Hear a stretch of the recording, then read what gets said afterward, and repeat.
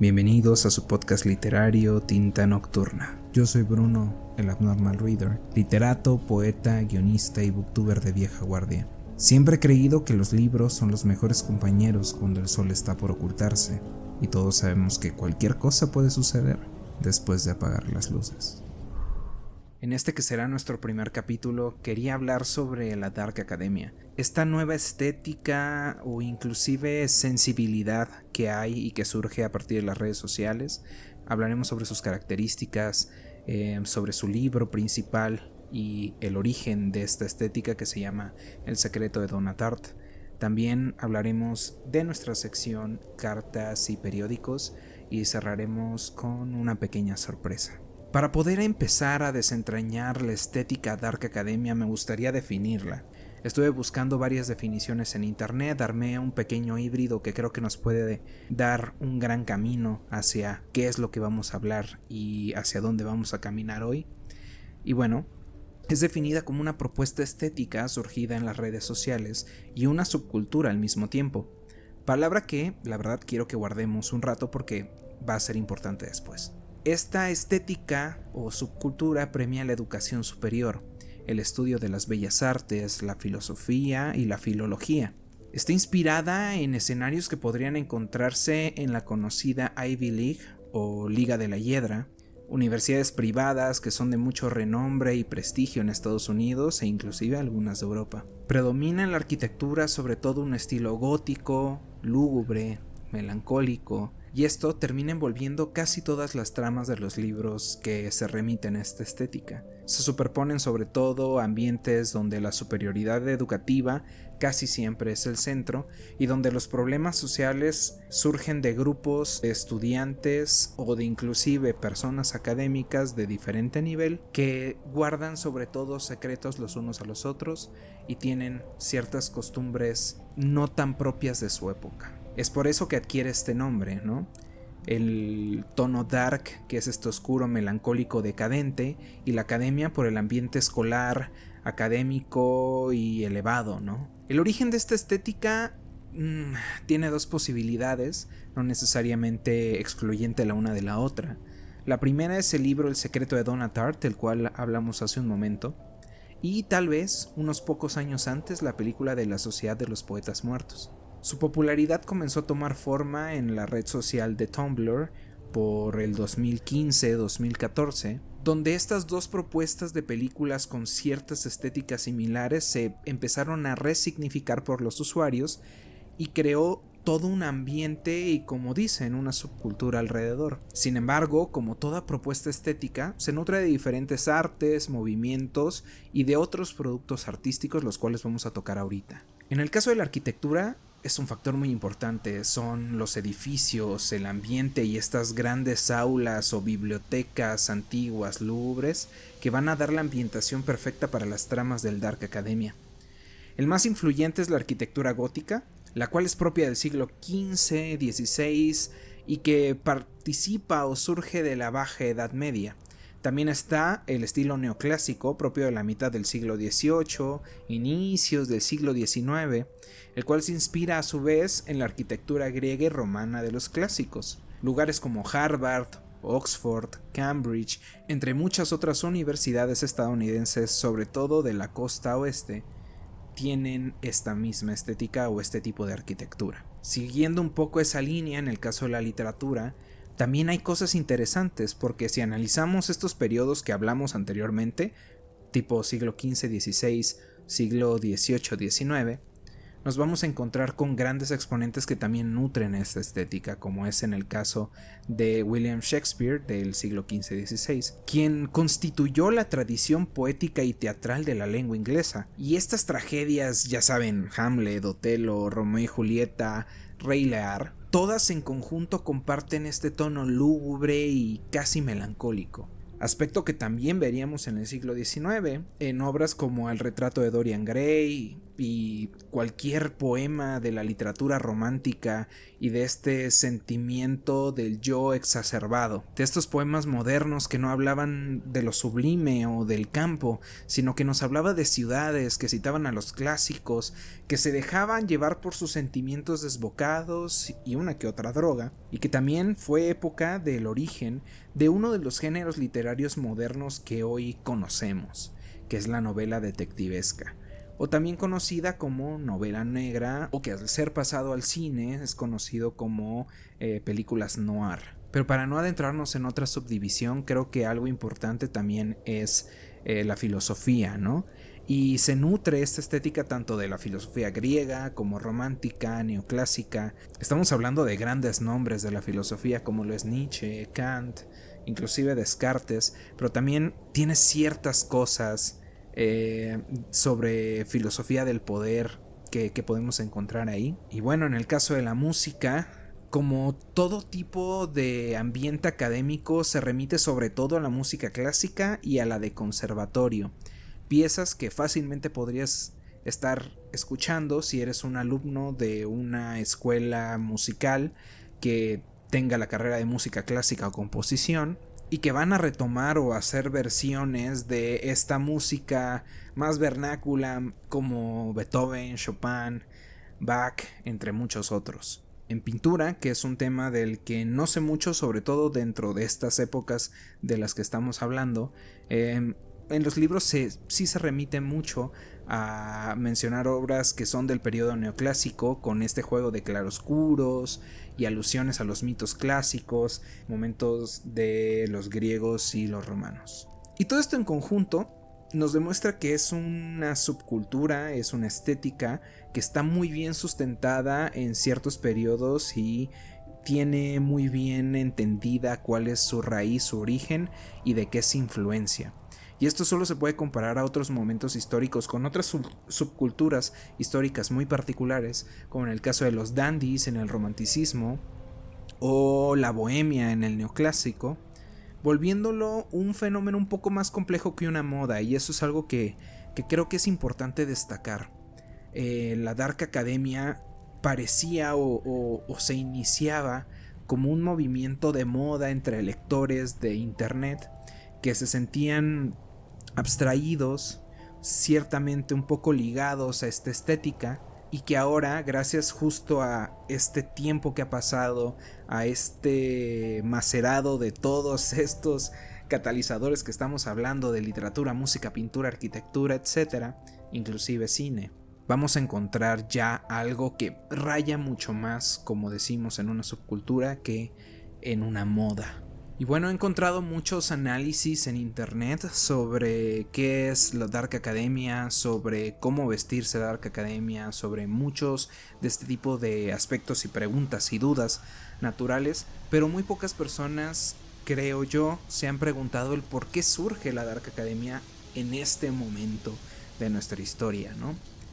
Creo que es una pregunta muy pertinente para entender el movimiento, porque primero tenemos que partir desde que hay un libro central que es El secreto de Donna Tartt. Esto queda casi instituido. La gran mayoría de las personas que conocen esta estética o que han investigado al respecto pueden datarlo. Este libro fue publicado en 1992, eso quiere decir que ya pasaron 22 años. Y lo más interesante de todo es que este movimiento empieza a tomar fuerza hasta 2014 o 2015. ¿Por qué? ¿Por qué es que pasa tantos años? Pues no sé si oculto, no sé si guardado en un ropero o como una estética muy de nicho, porque es que hasta este momento se vuelve mainstream. Yo creo que la primera teoría que al menos yo tengo y que sería la más natural es que esta subcultura sí nació en un nicho muy pequeño, ¿no? La cual es Tumblr, esta red social que era como tenía una estética muy particular. No sabría describir qué es Tumblr per se.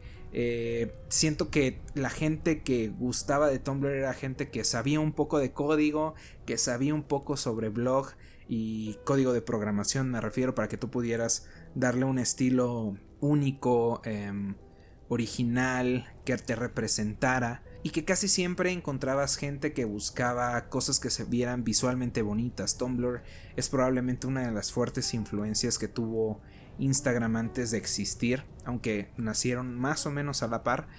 Tumblr tenía mucho de esto, de la participación de los creadores, de generar comunidades, de que todo tuviera este tinte como de blog, como de, no sé, como de grupo social. Es difícil de explicar, ¿no? Pero Tumblr en definitiva tenía su propia estética, algo que la hacía muy especial, algo que hacía que la gente encontrara, tal vez por el uso de hashtags, tal vez por, quién sabe, encontrara contenido que siempre fuera de su agrado y que te ibas metiendo cada vez en un mismo círculo, en un nicho, y encontrando usuarios que tenían tus mismos gustos, tus mismas inquietudes. Y bueno, a final de cuentas siento que en México no tuvo como que tanto auge, Tumblr nunca, pero esta comunidad que tal vez se gestó ahí, porque de hecho el nombre Dark Academia surge de un grupo de lectores que tenían su grupo de lectura o este pequeño círculo de lectura, en donde lo cual titularon como Dark Academia, y empezaron a leer libros de esta estética, como les decía, El secreto de Donna Tartt, El retrato de Dorian Gray, entre muchos otros exponentes, y libros que iban saliendo también en esos años y que iban más o menos con la estética. De ahí surge, ¿no?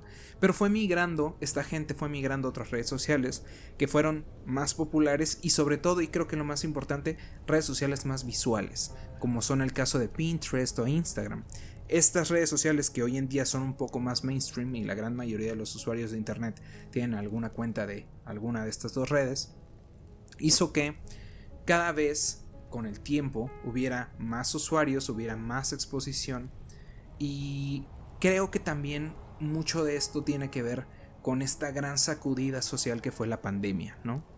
Reviviendo con más fuerza el anhelo de volver a la escuela, de estar rodeado de libros, de arte, de espacios que sí conversan con lo natural, pero que también son o reflejan este mismo claustro, ¿no? Qué cosa más imponente y que demuestre un encierro que una escuela del tipo internado de Estados Unidos, ¿no? Siento que tiene mucho eso, todos estábamos ya encerrados, todos anhelábamos volver a la escuela y teníamos como que esta reminiscencia de, bueno, existen escuelas como Oxford, Cambridge, donde la gente puede vivir dentro de la misma institución, y creo que iba un poco por ahí, ¿no?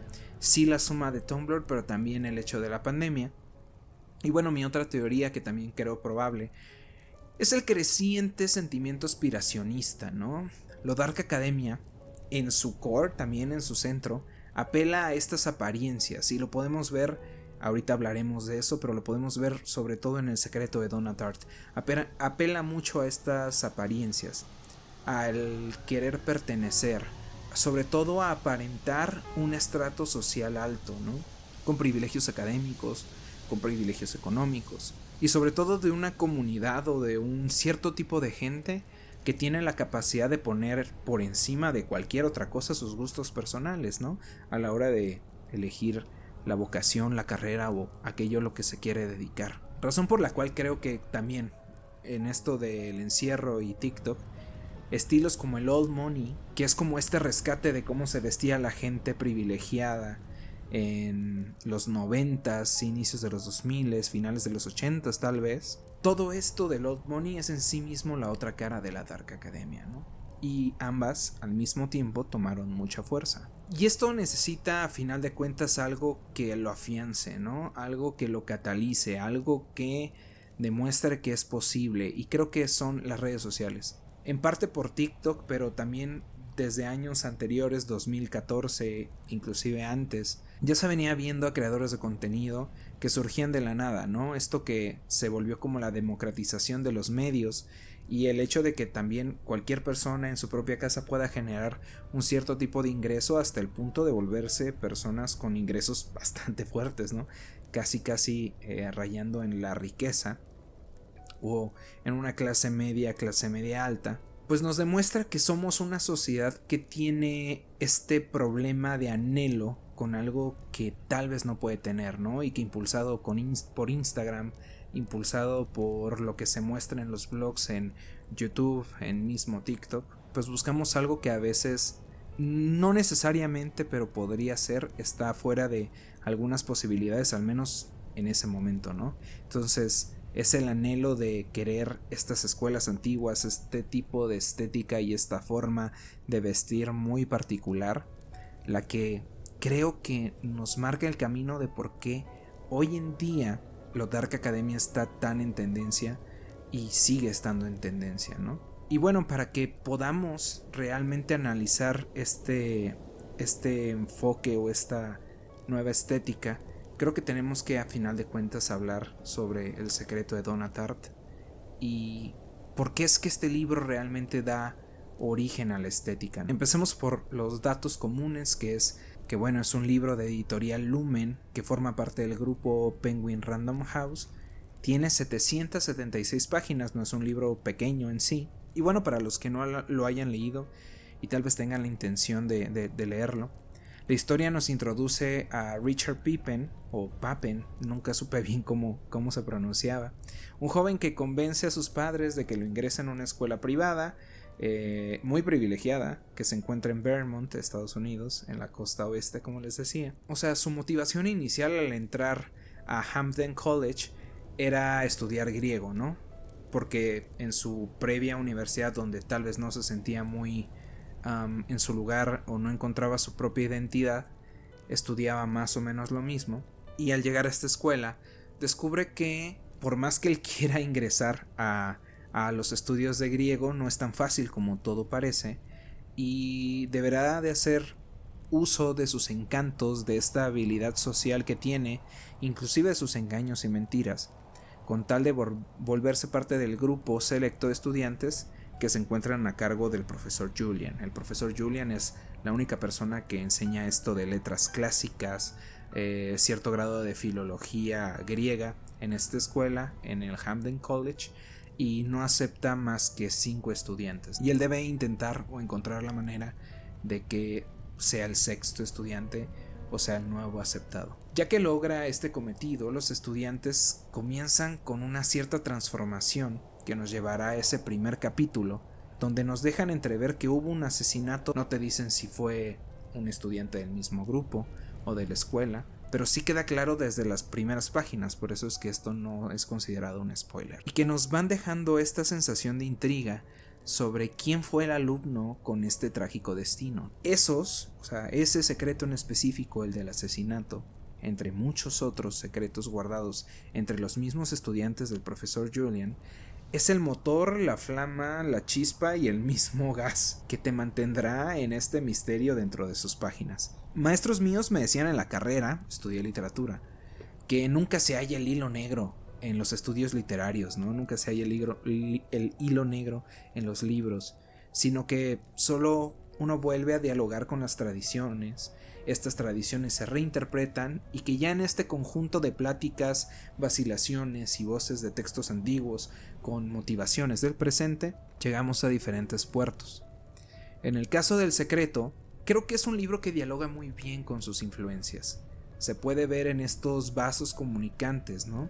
Les decía hace un momento que esta estética de lo Dark Academia se nutre mucho de Dostoyevsky y se puede ver muy bien porque inclusive he citado en el libro en varias ocasiones momentos de crimen y castigo, con este dilema moral interno que se ve muy marcado en Richard Papen, inclusive con estos diálogos entre personajes que denotan que hay un cierto grado de locura, ¿no? Pero también creo que no solo retoma mucho Crimen y Castigo, que directamente es citada, sino también otra gran obra de Dostoyevsky, como en el caso de los hermanos Karamazov, donde tenemos cuestionamientos sobre Dios, sobre el libre albedrío, sobre la hermandad, y que también nos remite a algo un poco más profundo, ¿no? Podemos encontrar un poco de Fausto en este personaje de maestro medio extraño, doble cara, de que es Julian. Tenemos un séquito de jóvenes que, como parte de esta incertidumbre medio adolescente o de young adult, de buscar acceder a algo más allá, de ser influidos, de encontrar nuevos estímulos, son fuertemente influidos por los textos que les revela Julian, y que buscan encontrar la verdad, y esto muy entre comillas. Si nos vamos un poco más lejos en la literatura, podemos también encontrar ciertos ecos entre Henry y el personaje de el retrato de Dorian Gray, Lord Henry Wotton, quien está en la búsqueda de esta verdad, quien es un poco cínico, un poco reservado con la gente, no necesariamente con Dorian, pero que está buscando estos estímulos y que está buscando una nueva manera de vivir, un poco como esta búsqueda de la verdad que seduce, de estos estímulos hedonistas, el ir a bares, el tomar, el no ser una persona recatada como se ocupaba mucho, como solía hacerse en este siglo XIX, ¿no? Y entre toda esta dinámica de personajes y tragedias que ocurren dentro del libro, porque créanme que el libro está bañado de tragedias, no solo una, vamos a ver ahí cierto sonido, cierto gusto parecido con Hamlet, Otelo, tal vez Romeo y Julieta, aunque muy poco en realidad. Y pues sobre todo por estos temas de desconfianza, ¿no?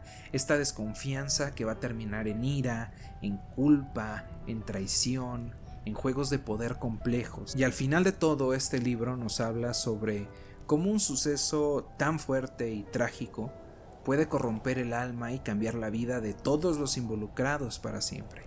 Desde la persona que conocía lejanamente a la víctima hasta la persona que hoy en día se sigue llevando con él, o que hasta hace unas horas habló con él, ¿no? Con esta hipotética persona muerta. Y sí, nos termina mostrando cómo es que cambia el alma y cambia el ser desde ese mismo instante, desde el momento de la acción, como pudo ser el caso de Richard o de Henry, el cual sabrán a qué me refiero cuando lean el libro, pero también sobre cómo cambias después de lo vivido y cómo lidias con esas consecuencias, ¿no?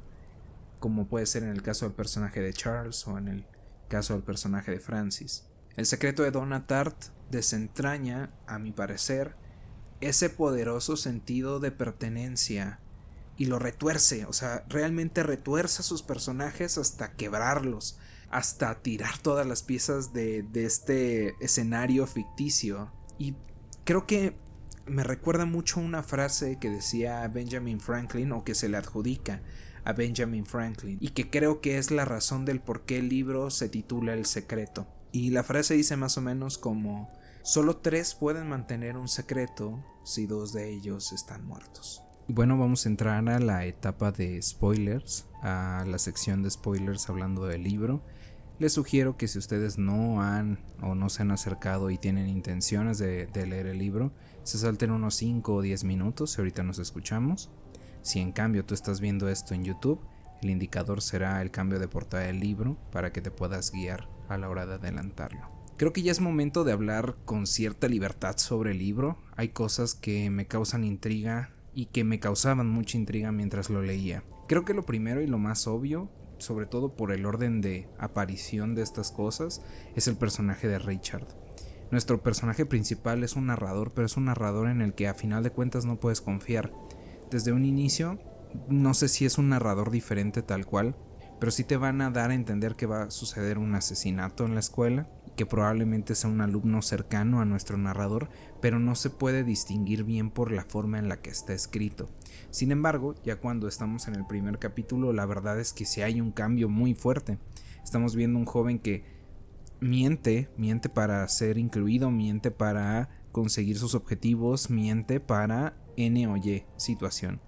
Genuinamente su forma de llevar la vida y de conseguir lo que quiere es a través de mentiras. Entonces Richard se convierte a final de cuentas en un narrador deficiente, o un narrador en el que simplemente no puedes confiar. Entonces creo que es una parte interesante pero a la vez contrastante de la historia, que pues no sabes si creerle al narrador en todo momento. Inclusive, y lo voy a tocar en un momento, el final hasta te deja un sabor de boca extraño, ¿no? O sea, algunos desenlaces de la historia te dejan con un sabor de boca extraño a mi criterio, porque no sabes si realmente está mintiendo inclusive para narrar esta historia, que creo que también le deja un plus ahí, pero en mi caso sí fue como poco poco resolutivo. También no sé si fue por las circunstancias en lo que estaba leyendo, en la forma en la que lo estaba leyendo o lo que sea, pero el problema familiar que él tiene y el por qué intenta no recurrir a su familia, inclusive estuvo, y eso es importante que lo sepan, a punto de morir por el simple hecho de no querer pedir ayuda de sus padres y no querer avisarles. La verdad que sí fue de ¿por qué? O sea, ¿por qué está sucediendo esto? ¿Por qué llega hasta este extremo y por qué tiene esta separación con sus padres? El segundo punto que quiero tocar es el personaje de Bonnie. Es que simplemente era insufrible, y a mí lo que me causa conflicto con esto es, no es que justifique un asesinato, o sea, dentro de la trama creo que es justificable y creo que esto es parte también de la narración de Richard, pero es que Bonnie era simplemente insufrible. O sea, lo que a mí me preocupa es por qué él creía como personaje, cuál era la lógica del personaje detrás de, claro, o sea, yo voy a comportarme de esta manera tan ojete con personas que sé que claramente son capaces de asesinar, y los voy a tener atados y maniatados cuando todos son mayoría. O sea, es como, brother, ayúdame a ayudarte. En definitiva, era obvio que si seguía presionando de esa manera iba a llegar al punto que llegó. Voy a intentar que en esta zona de spoilers tampoco haya demasiados, por si acaso alguien es bastante chismoso, pero digamos que hay una resolución muy complicada con el personaje de Bonnie, y la verdad es que es como, bro, o sea, esto es tu culpa. La verdad sí es tu culpa. La familia de Bonnie también tenía como que sus cosas, pero como que llegas a empatizar con ellos y con su dolor. Sin embargo, con Bonnie es un personaje con el que nunca empatizas. Te dan la profundidad de, pues bueno, tiene este tipo de crianza y este tipo de carencias dentro de la misma clase social a la que pertenece su familia, y cómo va por la vida mendigando y robando, pero no sé, o sea, como que hay un momento en el que sí intentan que tú tengas como que un vínculo con su familia, tal vez como para sentir más el peso de la situación, pero realmente no sucede. O sea, Bonnie era un personaje sumamente descartable, pero indiferentemente del descarte, era un personaje insufrible. Y hablando de personajes insufribles, tenemos que hablar de Julian. Se me hizo como, no sé, o sea, como este personaje muy doble cara, muy perro, o sea, que tiene mucho colmillo, que se oculta en las sombras haciendo mover los hilos de todo lo que él quiere.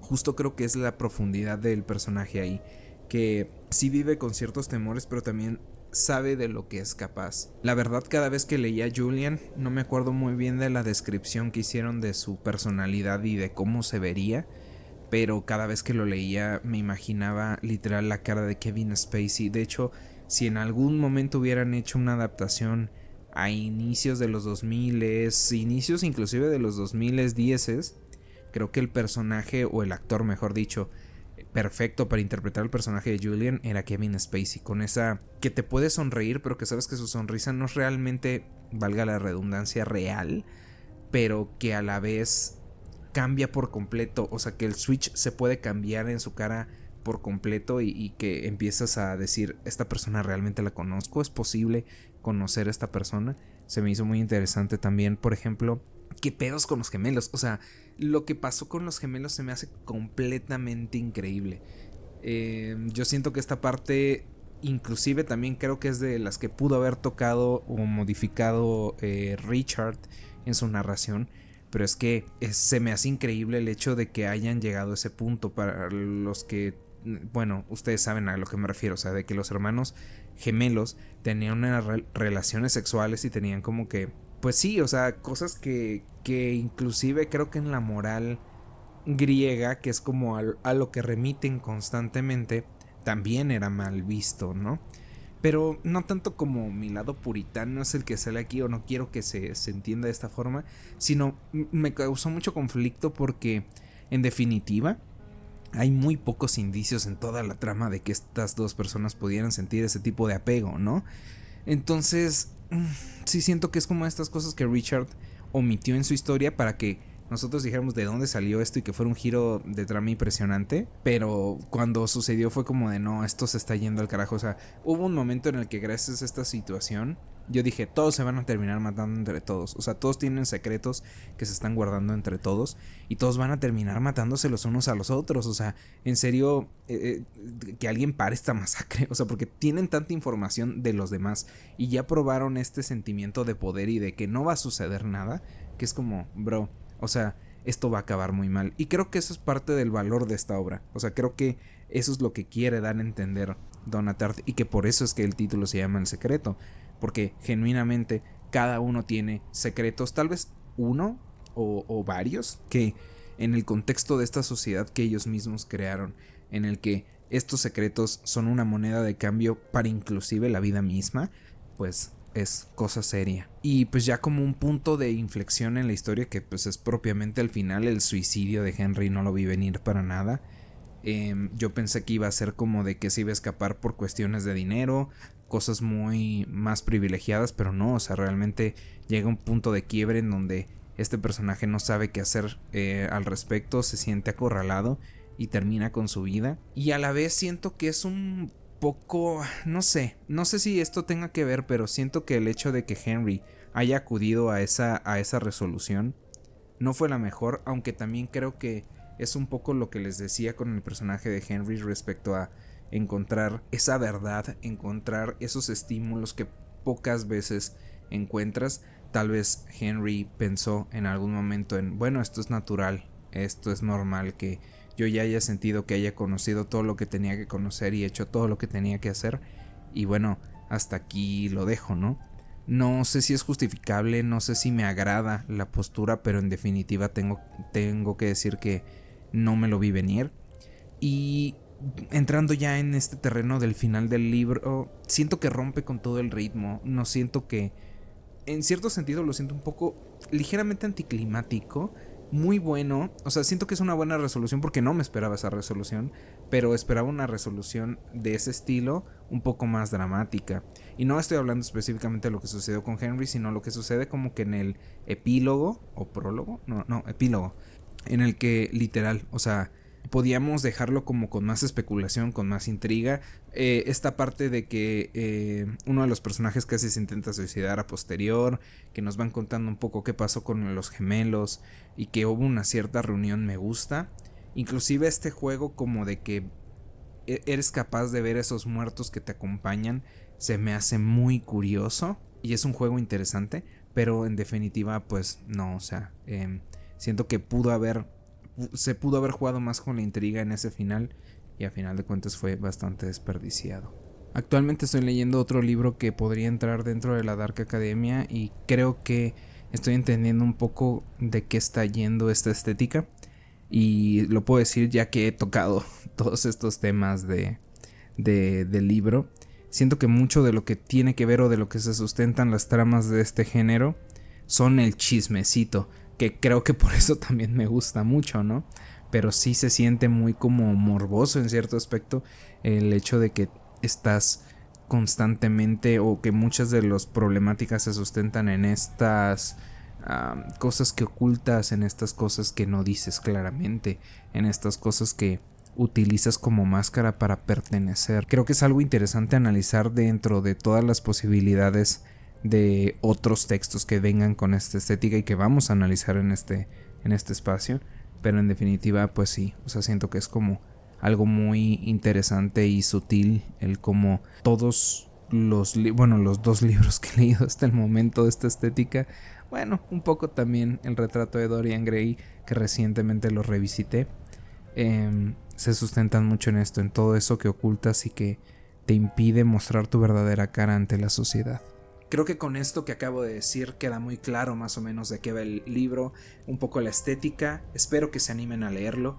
Créanme que es un libro que, aunque 700 páginas suelen ser un número poco accesible a la hora de leer, les juro que se van muy rápido y que sobre todo pasada el primer tercio del libro, que puede llegar a ser un poco introductorio, la lectura va bastante fluida. Algo que me gustaba hacer en mi canal de BookTube a la hora de mis reseñas, sobre todo al inicio, era vincular el libro que leía con canciones. Soy una persona que lee en sus momentos libres cuando puede, sobre todo en las noches, pero que también cuando está en la calle y tiene que esperar o va en el transporte público, lee mientras escucha música, como un poco para aislarte del mundo. Y es normal que, o al menos para mí es muy normal, vincular a veces un libro con una película. Creo que al igual que Old Money, Lana del Rey le va perfecto a este libro.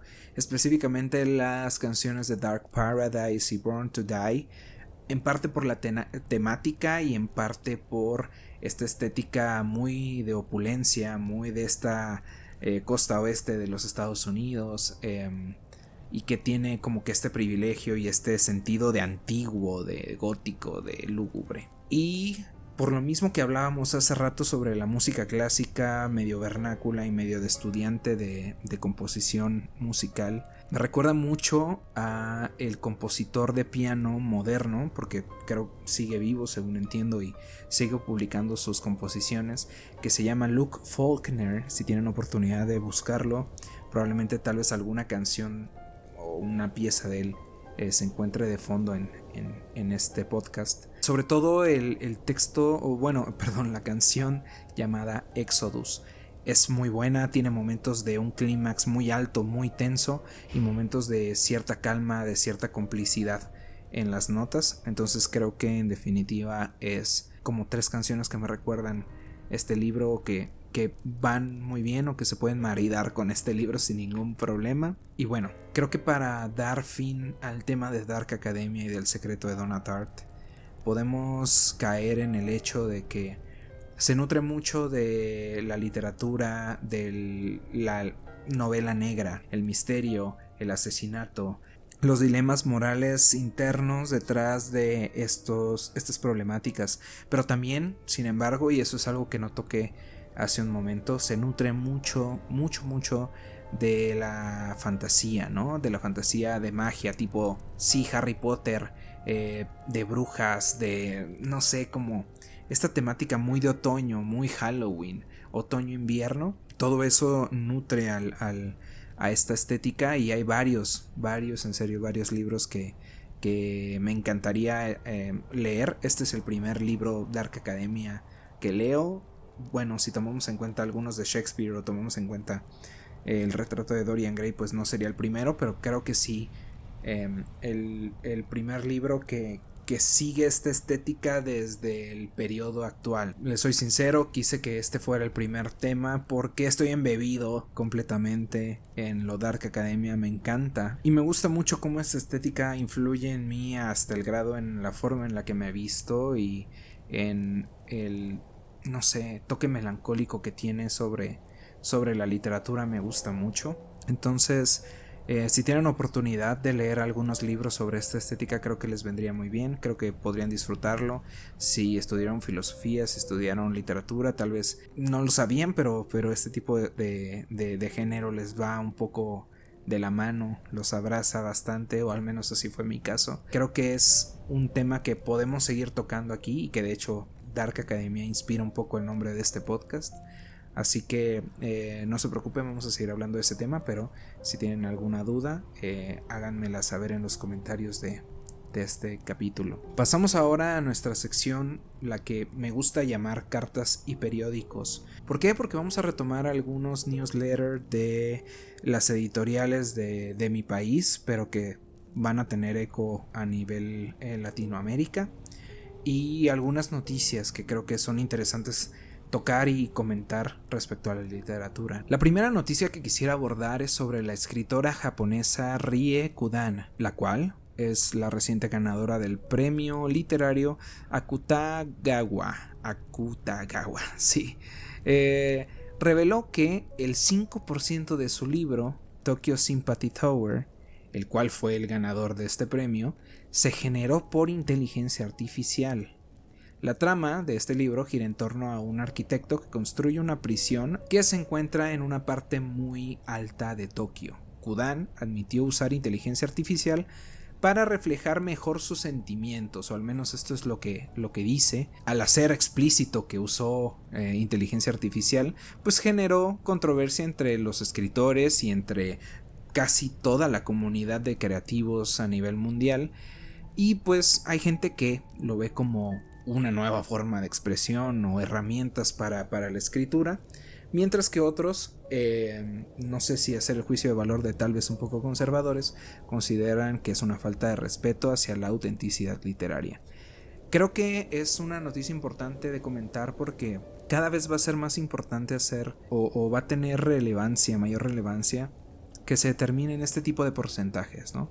A partir de cuándo un libro ya no puede ser considerado 100% original si se utilizan ciertos métodos, como en el caso, por ejemplo, de lo que pasó en la huelga de guionistas de Hollywood, de que si está generado a un cierto nivel o un cierto porcentaje este texto, ya no es de tu dominio propio.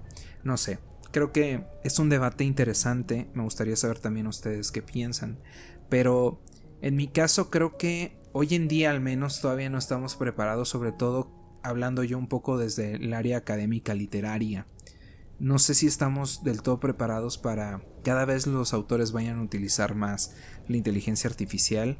Creo que sí va a tener que haber un empuje muy grande para la regulación de esto. También creo que lo importante será hacer estudios verdaderos que determinen cuál fue realmente el porcentaje, ¿no? Porque aquí la cosa es, la autora tuvo la osadía de decir, bueno, yo utilicé y les prometo que es el 5%, pero siempre entra esta pequeña duda de ¿realmente será el 5%? Esta otra noticia tal vez ya se quedó un poquito atrás, pero me es importante rescatarla porque creo que en el fondo tiene un poco que ver con la anterior, que es sobre la novela póstuma de García Márquez, ¿no?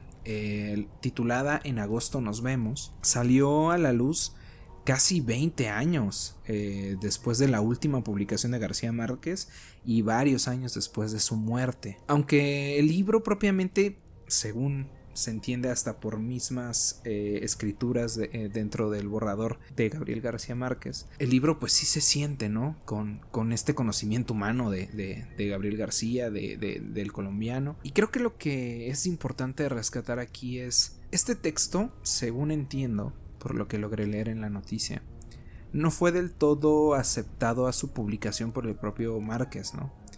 Debido a cierta demencia que ya tenía el autor por su vejez, no quería que estos textos o estos últimos esbozos de libros fueran publicados, y sin embargo su familia decidió liberar uno de estos para publicarlo como su última obra, y lo importante de esto, creo, su obra póstuma. Y bueno, ya para como cerrar la noticia, sus hijos, las personas que se encargaron de conseguir que este libro viera la luz, dicen y confirman que no hay más novelas inacabadas que estén almacenadas.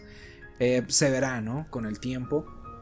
Yo creo que esto es interesante en el aspecto de, bueno, al menos podemos inferir, porque, bueno, no sé si saben, pero el libro En agosto nos vemos tiene a lo mucho entre unas 70 u 80 páginas de texto, que muy probablemente sí fuera escrito por Gabriel García Márquez.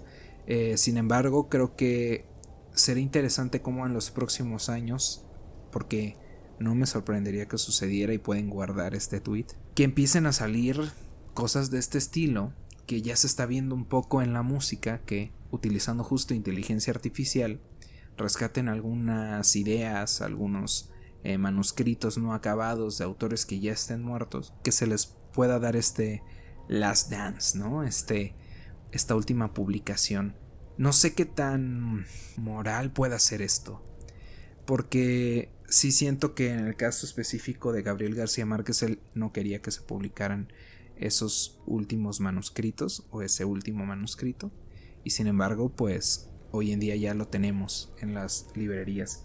Creo que sí tendría que pues dársele el valor o respetarse la última palabra de estos autores, y si ellos deciden que n cantidad de manuscritos no quieren ser nunca publicados, pues respetarlo, ¿no? Les repito, no sé en este caso ustedes qué piensen, pero para mí se me hace un poco triste que se haya faltado a esta palabra que Márquez decía de no ser publicado, pero pues a final de cuentas también es la alegría de, bueno, tenemos un último texto de Márquez y podemos cerrar ese ciclo que tal vez para algunas personas no estaba del todo cerrado. Como tercera noticia, esto se me hace muy surreal, pero es triste y a la vez es muy, no sé, muy el ser humano haciendo cosas de ser humano. Pero una facción política, por así decirlo, de Roma, convirtió al Señor de los Anillos, o frases, momentos en específico del Señor de los Anillos, como parte de un discurso político. Y llamó mucho la atención por la admiración que inclusive dejó ver de forma pública la primera ministra Giorgia Meloni sobre la obra de Tolkien. Dijo, bueno, pues lo hago porque me gusta la obra. Lo que se me hace curioso de esto es que desde los años 70, la derecha italiana ha vinculado el trabajo de Tolkien con ideologías conservadoras de corte pseudofascista. Aunque Tolkien siempre, y es que esto es lo importante y también les digo que va de la mano con lo anterior, Tolkien en vida dijo que no había ninguna interpretación política en su obra. Sin embargo, la derecha italiana ha estado utilizando textos de Tolkien para promover su agenda política. Se me hace una falta de respeto superlativa, sobre todo hablando de una persona como Tolkien, ¿no? Que sí, tal vez tenía ciertas ideas particulares propias de su época, pero el hecho de que se le falte a la palabra al autor y que estén utilizando textos suyos para tergiversar el sentido de su obra y promover agendas que inclusive, ¿no?, puede ser que ni siquiera sean de la ideología propia del autor, se me hace algo bastante bajo. Y bueno, hablando como de nuevos libros, de las novedades de las editoriales, el sello de Penguin Random House publicó este mes Poesía Reunida de Roberto Bolaño. Bolaño es un gran poeta, me tocó leerlo en la carrera y el tener toda su poesía en un solo tomo se me hace algo magnífico. Creo que es algo que podría gustarles a ustedes y que de hecho los invito a que puedan acceder a él. También se me hizo muy curioso que hay una edición muy bonita, a mi criterio, de Orgullo y Prejuicio de Jane Austen, pero que está ilustrado por María Gis. No conozco mucho a la autora, pero tuve la oportunidad de ver como que las imágenes que se podían colgar en el newsletter de Penguin y se veía muy bonito. Creo que si no tienes una edición o si tienes una edición convencional de Orgullo y Prejuicio y quieres alguna que esté ilustrada, pues esta sería una gran opción. Y bueno, en el caso de la editorial Planeta, se publicó el libro Ciudad y sus muros inciertos de Haruki Murakami, el cual es su último libro, y también Los buenos hijos de Rosa Rivas, el cual entiendo es una novela negra. Me llama mucho la atención, sobre todo por la portada, porque pues sí habla como de problemas familiares, ¿no? Como de secretos familiares y sobre la investigación policial. Tal vez por el título del podcast se podrán imaginar que a mí me gusta mucho la novela negra. Entonces Los buenos hijos de Rosa Rivas me llama mucho la atención. Creo que forma parte, si no me equivoco, de una saga de libros de la autora, pero pues tocará investigar y espero hacérmelo pronto. También el último Van Gogh de Alison Rickman, creo que va un poco también con esta temática Dark Academia, en el aspecto de que es un libro que hace cierta ficción histórica respecto a cuál fue la última obra que pintó Van Gogh y sobre la recuperación de esta misma. Me llama mucho la atención por el título y creo que sería una lectura interesante. Sobre todo también me gusta mucho la ficción histórica, entonces bueno, Alison Rickman con el último Van Gogh creo que sería bastante interesante. Y como cierre de este programa, que es nuestro primer podcast y que habla sobre lo Dark Academia, creo que una de las ramas literarias que nutre mucho de lo Dark Academia también tiene que ver con la poesía. Podemos destacar varios nombres, sobre todo, y creo que los más fuertes, los más citados en estos textos Dark Academia son sobre poetas románticos, tanto franceses, sobre todo ingleses creo, poetas del romanticismo tardío, como lo pueden ser Edgar Allan Poe, Percy Shelley, que es el padre de Mary Shelley, y bueno, uno de mis favoritos de la literatura inglesa, que se llama John Keats. Y por eso en esta ocasión voy a leer Al otoño de John Keats, que creo que es un poema que rescata mucho este ambiente Dark Academia, y si no tanto Dark Academia, sí la ambientación en la que podría desarrollarse